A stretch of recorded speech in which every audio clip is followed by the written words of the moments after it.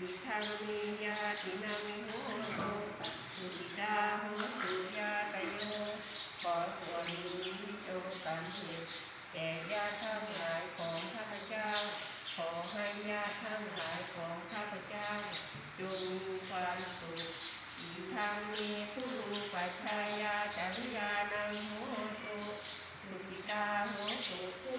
ปัจจายาจาริยาขอส่วนนี้จงสำเร็จแก่ครูอุปชาอาจารย์ของข้าพเจ้า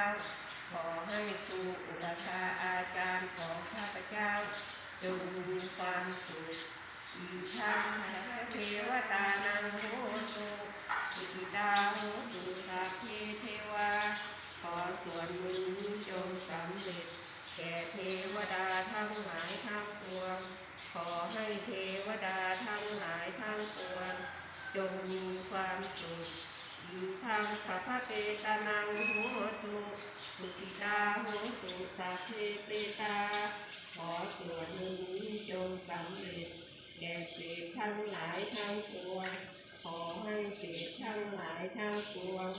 จงมีความสุขอิทังสัพพเมวินังโหตุ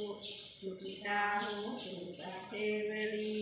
ขอส่วนนี้จงสำเร็จแก่เจ้ากรรมนายเวรทั้งหลายทั้งปวง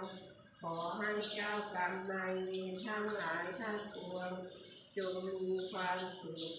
อิทังสัพพสัตตานังโหตุสุขิตาโหตุสัพเพสัตตาขอส่วนนี้จงสำเร็จแก่สัตว์ทั้งหลายทั้งปวงขอให้สัตว์ทั้งหลายทั้งปวงจงมีความสุขอิทังภูมาลุกขาเทวานังอาราเนทะลัญญังโหตุสุขิตาโหตุภูมาเทวาลูกขาอาราเนทะละนังขอส่วนนี้จงสำเร็จแก่พระคุณเทวาลูกขาเทวดาอาการสาเทวดา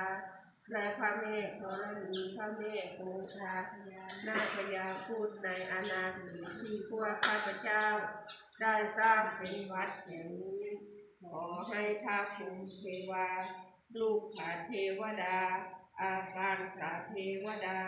และพระเมฆธรณีพระเมฆคงคาพญานาคพญาพุทธอนาคตที่พวกข้าพเจ้าได้สร้างเป็นวัดแห่งนี้จงมีความสุขเถิดสาธุ